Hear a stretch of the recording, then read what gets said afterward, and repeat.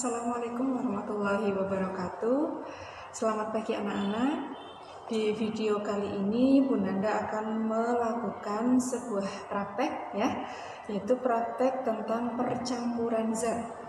Sebelumnya anak-anak di rumah dipastikan sudah menyiapkan alat dan bahannya Alat dan bahannya seperti yang Bu Nanda contohkan. Yang pertama ada air, kemudian ada gelas, kemudian ada minyak, ada kopi, kemudian ada gula, dan yang terakhir ada garam, serta tidak lupa ada sendoknya untuk mengaduk. Materinya yaitu di halaman 109, buku penanya silahkan dibuka. Kita akan membuktikan mengenai percampuran zat. Seperti yang telah kalian pelajari sebelumnya kalian sudah belajar tentang yang namanya materi. Nah, materi itu apa sih? Materi itu adalah sesuatu yang mempunyai berat, sesuatu yang mempunyai ruang. Nah, itu disebut dengan materi. Kemudian materi itu kan dibagi menjadi dua zat tunggal dan zat campuran yang minggu kemarin kalian belajar Nah, zat tunggal, masih ingat dengan zat tunggal? Zat tunggal adalah materi yang hanya terdapat satu zat. Seperti contohnya kemarin gula, garam dan lain sebagainya. Kemudian zat campuran yang kedua tadi ada zat tunggal, yang kedua ada zat campuran. Zat campuran adalah materi yang tersusun dari beberapa zat ada air, misalkan air dicampur dengan garam, kemudian ada adonan bakwan dan lain sebagainya. Kemarin kan sudah belajar tentang itu. Nah, kemudian perlu anak-anak tahu zat itu terbagi menjadi dua Zat campuran terbagi menjadi dua. Zat campuran homogen dan zat campuran heterogen. Anak-anak bisa lihat halaman 109. Silahkan garis bawahi juga buku penanya Apa itu yang dimaksud dengan campuran homogen?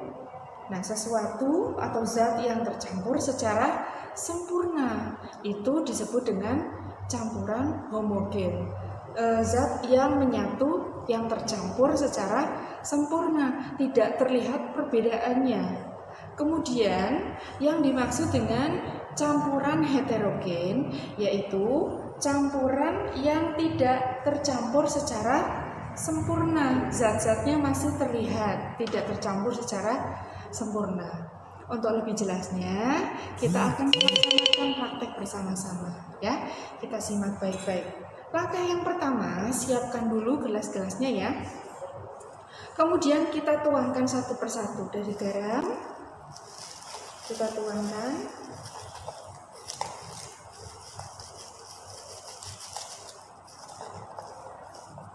kemudian setelah garam kita tuangkan gula.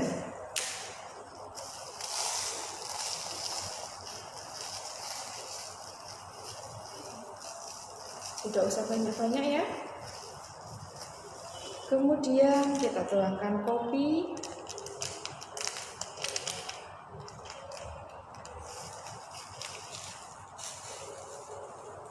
Dan terakhir kita tuangkan minyak. Ini pun Anda singkirkan dulu sisanya.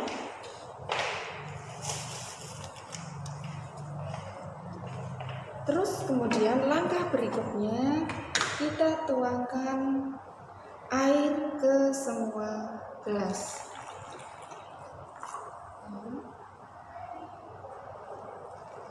Dalam kopi,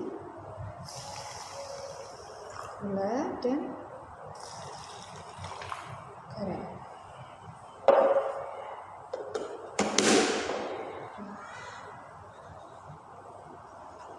lihat ya.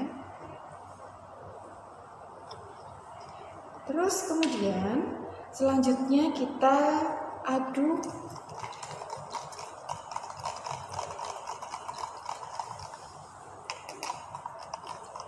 ini untuk garam. Kemudian kita aduk gula.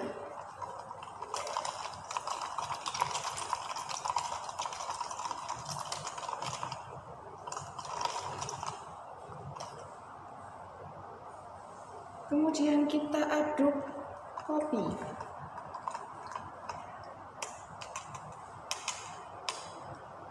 Dan yang terakhir kita aduk.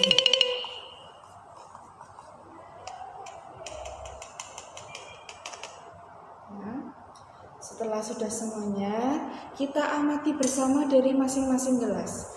Kira-kira gelas mana saja yang materinya tercampur secara sempurna dan yang tidak sempurna atau masih kelihatan ada endapannya atau materi yang lainnya ya. Kita amati bersama. Nah, pada gelas garam sudah jelas terlihat bahwa semua materinya itu tercampur secara sempurna ya.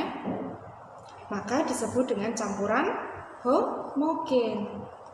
Kemudian gula kita lihat bersama ya, tidak ada perbedaannya, artinya air dan gula itu menyatu, maka dikelompokkan dengan campuran homogen. Setelah itu kopi, ya, kopi terlihat endapannya di bawah. Setelah lama diaduk, ditunggu kemudian ada endapannya, terdapat perbedaan ya, maka ini tergolong menjadi campuran heterogen ya, betul. Kemudian kita lihat minyak.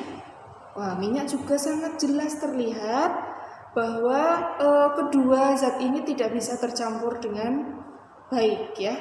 Maka minyak dan air juga tergolong dengan campuran heterogen. Nah, jadi anak-anak jelas ya bahwa tidak semuanya zat bisa tercampur secara sempurna.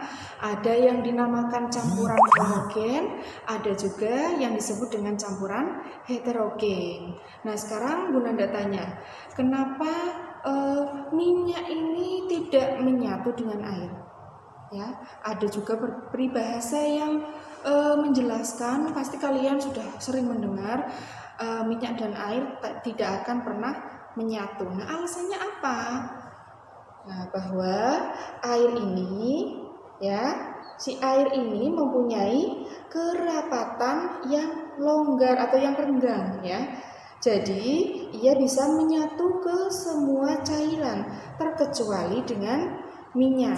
Jadi di sini terjadi suatu gaya, nanti akan kalian pelajari di SMP atau sekolah lanjutannya ya. Jadi di sini terdapat gaya, tapi nanti kalian akan pelajarinya di SMP. Baiklah, dari percobaan ini dapat diambil kesimpulan bahwa tidak semua zat itu termasuk ke dalam zat campuran atau campuran heterogen ya. Tidak semuanya tercampur secara tidak sempurna dan sempurna. Ada dua ya perbedaannya, campuran heterogen ya dan campuran homogen. Nah, tugasnya anak-anak di rumah mempraktekkan secara mandiri, siapkan bahan-bahannya dan alatnya bebas ya, boleh pasir, boleh susu dan lain sebagainya. Nanti syaratnya ada buktinya ya. Buktinya juga boleh video atau foto ya. Yang pertama kalian foto dulu bahan dan alatnya. Terus yang kedua foto proses pelaksanaan percobaannya. Kemudian setelah itu tulis laporannya di kertas HVS atau polio ya, polio bergaris. Nanti petunjuknya akan Bu Nanda share di video atau foto yang akan Bu Nanda kirim selanjutnya. Begitu ya. Kalau ada yang masih bingung boleh ditanyakan. Cukup sekian percobaan singkat ini dari Bu Nanda. Assalamualaikum warahmatullahi wabarakatuh.